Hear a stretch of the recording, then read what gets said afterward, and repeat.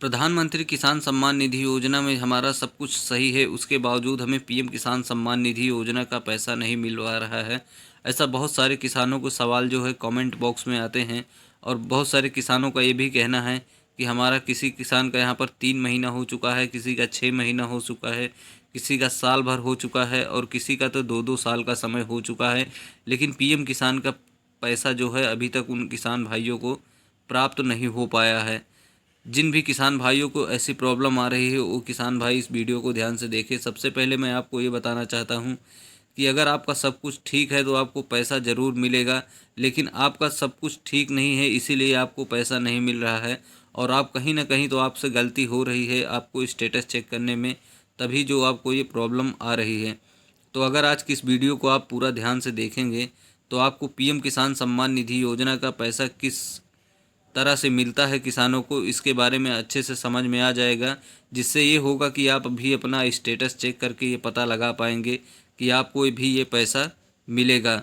लेकिन उसके लिए आपको इस वीडियो को ध्यान से देखना होगा, तभी जो है आपको जानकारी समझ में आएगी और आप भी अपना स्टेटस चेक करके पता लगा पाएंगे कि आपको पैसा क्यों नहीं मिल रहा है और क्या कारण है उसका। तो सबसे पहले आपको ये करना होगा कि आपको पीएम किसान के पोर्टल पर आना होगा। जैसा कि हम अभी समय पीएम किसान के पोर्टल पर ही हैं। तो यहाँ पर आने के बाद सबसे पहला काम आपका ये है कि आपको अपना बेनिफिशियरी स्टेटस जो है वो लॉगिन करके एक बार यहाँ पर चेक करना होगा।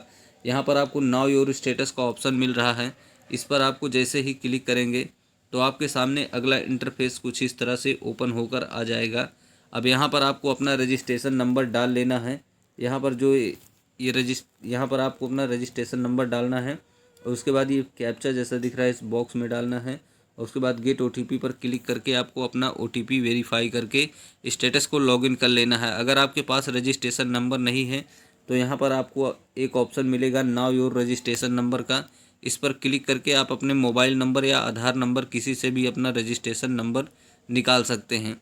जैसे ही आप गेट ओटीपी पर क्लिक करेंगे आपके जो KYC कराते समय आपने मोबाइल नंबर का इस्तेमाल किया था उस पर 4 अंक का ओटीपी जाएगा। ओटीपी को आपको वेरीफाई कर लेना है, उसके बाद आपका स्टेटस ओपन हो जाएगा। स्टेटस आपका कुछ इस प्रकार से ओपन हो जाएगा। यहाँ पर देख सकते हैं एक एक जेन्युइन किसान है और इस किसान का जो है पैसा बराबर जो है आ रहा है। तो यहाँ पर आपको अपना स्टेटस चेक करने के लिए यहाँ पर सबसे पहले अपना स्टेटस आपको ध्यान से अपना एलिजिबिलिटी स्टेटस यहाँ पर आपको देख लेना है। आपका लैंड सीडिंग यस होना चाहिए, KYC यस होना चाहिए और आधार बैंक सीडिंग यस होना चाहिए। अब बहुत सारे किसानों का कहना है कि ये सभी कुछ हमारा सब सही है, लेकिन उसके बावजूद पैसा हमें नहीं मिल पा रहा है।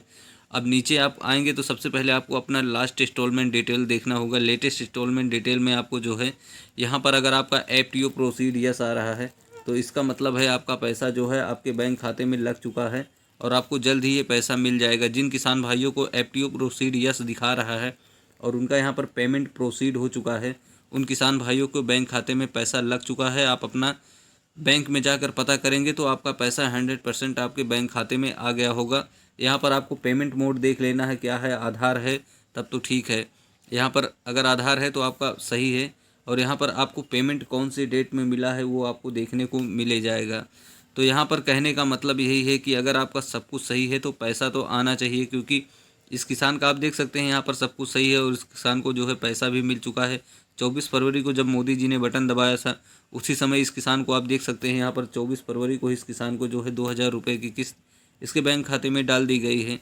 तो अब आपको ये चेक करना है कि आपका यहाँ पर डाटा सब कुछ सही है नहीं है, और उसके बाद आपको सबसे मेन काम ये करना है कि आपको अपने PFMS बैंक का स्टेटस भी आपको चेक करना ज़रूरी है।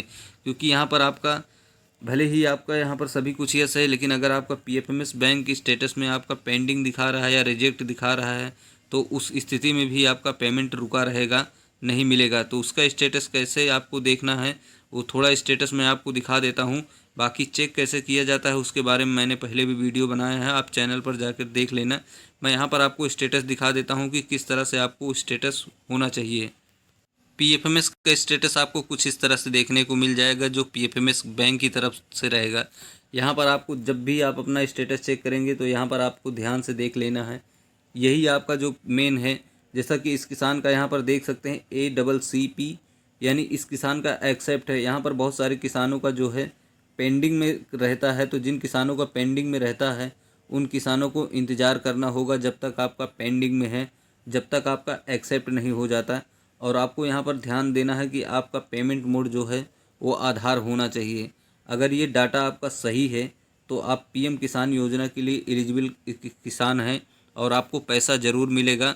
अगर आपका जैसा इस किसान का आप देख सकते हैं अभी 2025 में जो है इस किसान का एक्सेप्ट हुआ है, तो अभी इस किसान को भले ही 19वीं किस्त का पैसा ना मिला हो, लेकिन जब 20वीं किस्त का पैसा आएगा तो इस किसान को 19वीं किस्त का भी पैसा इस किसान को 20वीं किस्त के साथ में मिल जाएगा। तो अगर आपका नया डाटा है यहाँ पर, अगर आपको कोई प्रॉब्लम थी स्टेटस में और उसको आपने सुधार करवाया है और कुछ इस तरह से आपको पीएफएमएस स्टेटस चेक करने पर यहाँ पर आपका एक्सेप्ट दिखाता है, तो आपको पैसा मिलेगा। उसके लिए आपको इंतज़ार करना होगा, बस और कुछ नहीं करना होगा और आपको पैसा 100% मिलेगा। जिन किसानों का 2025 में एक्सेप्ट हुआ है उनको जो है पैसा मिलेगा, थोड़ा सा टाइम लगेगा, आपको इंतज़ार करना होगा। अब बात करते हैं कि जिन किसानों का काफ़ी समय से जो है प्रॉब्लम चल रही है, उनका सभी कुछ डाटा सही है, उसके बावजूद भी जो है उनको पैसा नहीं मिल रहा है, तो उन किसानों को क्या करना चाहिए वो आपको हम बताते हैं।